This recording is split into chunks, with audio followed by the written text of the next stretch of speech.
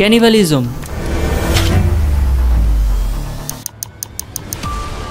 আফরান নিশো অভিনীত পুনর্জন্ম সিরিজের সুবাদে ক্যানিবালিজম শব্দটির সাথে আমরা এখন বেশ পরিচিত। সহজ ভাষায় ক্যানিবালিজম শব্দের অর্থ নিজ প্রজাতির মাংস ভক্ষণ করা। সময়ের পালাবদলে এইসব সাইকো থ্রিলার সাসপেন্সে ভরপুর টিভি সিরিজ সিনেমার জনপ্রিয়তা এখন আকাশচুম্বী। হলিউড বলিউড কিংবা কোরিয়ান সিনেমায় ক্যানিবালিজম দেখানো হলেও সেটি আমাদের মস্তিষ্কে তেমন জায়গা করে নিতে পারেনি যেটা পেরেছে উপমহাদেশীয় কিংবা দেশীয় টিভি সিরিজ এবং সিনেমাগুলো। শুনেছিলাম মানুষ তার অপরাধবোধ ভোলার জন্য অনেক অদ্ভুত অদ্ভুত কাজ করে, তাই আমিও মানুষ রান্না করা শুরু করলাম। সিনেমাতে দেখানো এসব বিভৎসতা কি কোনো কাল্পনিক রূপকথা নাকি বাস্তবে আছে এমন নরপিশাচ?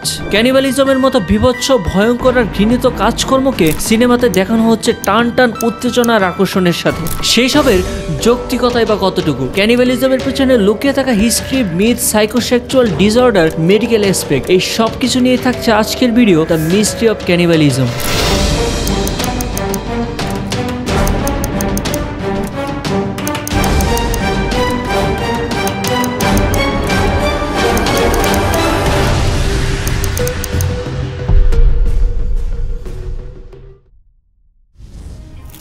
সাল 1975। দৈনিক বাংলা পত্রিকায় বড় করে হেডলাইন আসলো, সে মরা মানুষের কোল যে মাংস খায়। মুহূর্তেই উত্তেজনা ছড়িয়ে পড়ল সারা দেশে। জানা গেল খলিলুল্লাহ নামক ভয়াবহ একজন মানুষ খেকোর কথা, যিনি কিনা মর্গ থেকে মৃত মানুষের মাংস খেত। যদিও শখ করে শুরু হয়েছিল তার এই মাংস ভক্ষণ করা, কিন্তু একসময় এটি তার নেশায় পরিণত হয়। প্রায় মানুষের মাংস ভক্ষণের লোভে তিনি ছুটে যেতেন ঢাকা মেডিকেল কিংবা মিডফোর্ড হসপিটালের মর্গে। এটি মেডিকেল পরিভাষায় নেক্রোফেজিয়া নামে পরিচিত। এটি এমন একটি সাইকোসেক্সুয়াল ডিসঅর্ডার যেখানে কোনো ব্যক্তি মৃত মানুষের মাংস ভক্ষণের মাধ্যমে যৌন আনন্দ লাভ করে। ফিরে আসা যাক ক্যানিবালিজমের কিছু ঘটনায়। এই রান্নাকে না বলা খুব কঠিন। এই রান্না খারাপ হতে পারে না। তবে ক্যানিবালিজমের শুরুটা ঠিক কবে সেটির উত্তর আজও স্পষ্ট নয়। তবে 7ম শতকে মুসলিম কুরাইশদের যুদ্ধের সময় ক্যানিবালিজমের ঘটনা ঘটে। 625 সালে উহুদের যুদ্ধের সময় হামজা ইবনে আব্দুল মুত্তালিব নিহত হলে তার কলিজা ভক্ষণের চেষ্টা করেন কুরাইশ নেতা সুফিয়ানের স্ত্রী হিন্দ বিনতে উতবা। তাছাড়া জেমস ডব্লিউ ডেভিডসন 1903 সালে তার লেখা দ্য আইল্যান্ড অফ ফরমোসা গ্রন্থে উল্লেখ করেন তাইওয়ানের চীনা অভিবাসীদের ক্যানিবালিজমের কথা। তিনি এই বইতে আরো উল্লেখ করেন 1809 সালে নিউজিল্যান্ডের মাউরি উপজাতি নর্থল্যান্ডে দ্য বয়েট নামের একটি জাহাজের প্রায় 66 জন যাত্রী ও ক্রুকে খুন করে এবং তাদের মাংস ভক্ষণ করে। তাছাড়া ফিজি, পাপুয়া নিউগিনি, মেক্সিকোর অ্যাজটেক উপজাতির মতো কিছু জায়গায় ক্যানিবালিজম বিষয়টি প্রচলিত ছিল। এছাড়া দুর্ভিক্ষে ভুগছেন, বাঁচার জন্য শেষ খাদ্যটুকু ফুরিয়ে গিয়েছে এমন মানুষের মধ্যে নরমাংস ভক্ষণের বিষয়টি ইতিহাসের অনেক জায়গায় ঘটতে দেখা যায়। এর মধ্যে ডোনার পার্টি, যেখানে আমেরিকার একদল লোক যারা কিনা ক্যালিফোর্নিয়া যাচ্ছিল, যাত্রাপথে তারা তীব্র তুষারপাতের মুখোমুখি হয়। সে সময় অনাহারে দুর্ভিক্ষে পরে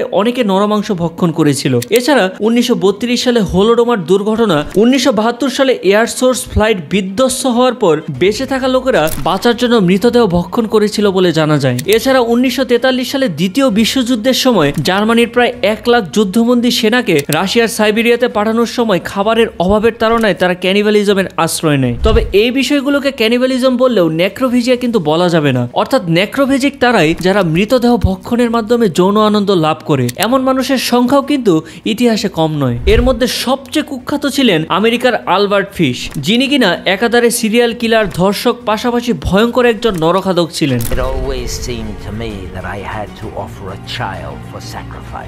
এছাড়া জাপানে ইসেই সগোয়া, আমেরিকার জেফ্রি ডেহমার, জার্মানির আরবিন মেওয়েসের মতো অনেকের মধ্যে এমন বিভৎস সাইকোলজিক্যাল ডিসঅর্ডার দেখা যায়। এবার আসা যাক ক্যানিবালিজমের মেডিকেল অ্যাসপেক্ট সম্পর্কে। পাপুয়া নিউগিনির এক আদিবাসী সম্প্রদায়ের মধ্যে তাদের আত্মীয় স্বজন মারা যাওয়ার পর তাদের মাংস খাওয়ার প্রচলন ছিল। তাদের ধারণা ছিল এতে মৃত ব্যক্তির আত্মার শক্তি তাদের দেহে প্রবেশ করবে। মাংস মগজ খাওয়ার কারণে তাদের মধ্যে ভয়ঙ্কর এক স্নায়বিক রোগ দেখা যায়, যেটি প্রিয়ন্স ডিজিজ বা কুরু নামে পরিচিত। যে রোগে আস্তে আস্তে নার্ভগুলো নষ্ট হয়ে ব্রেনের সাথে দেহের অঙ্গ প্রত্যঙ্গের সংযোগ নষ্ট হয়ে যায় এবং মাংসপেশি নিস্তেজ হয়ে আস্তে আস্তে মানুষ মৃত্যুর কোলে ঢলে পড়ে। বলা যায় সভ্য সমাজে ক্যানিবালিজমকে ভাবা হয় বিশ্রী, ঘৃণত আর বিভৎস এক কর্মকাণ্ড হিসেবে। আর আমাদের উপমহাদেশে এই বিষয়টি তো আরো সেন্সিটিভ। কিন্তু কি উদ্দেশ্যে আর কেনই বা এটি নিয়ে টিভি সিরিজ কিংবা মুভি বানানোর ধুম পড়ে গেছে, তার রীতিমতো এক প্রশ্ন হয়ে দাঁড়িয়েছে। 2019 সালে মুক্তি পায় ভারতের সিনেমা আমিষ। সিনেমাটা অসাধারণ, একটি নির্দিষ্ট বিশ্লেষণে বলতে গেলে ভয়ঙ্করতম সুন্দর। সিনেমাতে যেমন ছিল অকল্পনীয় সাসপেন্স থ্রিল, তেমনি ছিল সামাজিক দৃষ্টিভঙ্গি, আর সবচেয়ে গুরুত্বপূর্ণ যে বিষয়টি ফুটে উঠেছিল তা ছিল প্রেমিকের প্রতি প্রেমিকার প্রেম ও বিশ্বাস। সিনেমাটা দেখে আপনার একদিকে ওইসব নারী পুরুষের প্রতি যেমন জন্ম নিবে তীব্র ঘৃণার, তেমনি তার পাশাপাশি জন্ম নিবে দয়া মায়া আর অন্যরকম এক অনুভূতির। ঠিক একইভাবে 2021 সালে ওটিটি প্ল্যাটফর্মে মুক্তি পায় রবীন্দ্রনাথ এখানে কখনো খেতে আসেননি। বাংলাদেশি লেখক মোহাম্মদ নাজিমুদ্দিনের লেখা বিখ্যাত উপন্যাসের উপর ভিত্তি করে বানানো হয়েছে এই ওয়েব সিরিজ। রবি ঠাকুর এইখানে কোনোদিন খাইতে আসেন নাই।